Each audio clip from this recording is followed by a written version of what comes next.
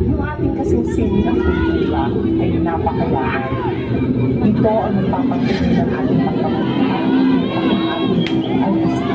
At kung mawawala na ang ating pinagkulan, ay para na rin natin ginagawa ang ating kasaysayan. Ito ang nagpapatunay ng laman ng kultura. Wala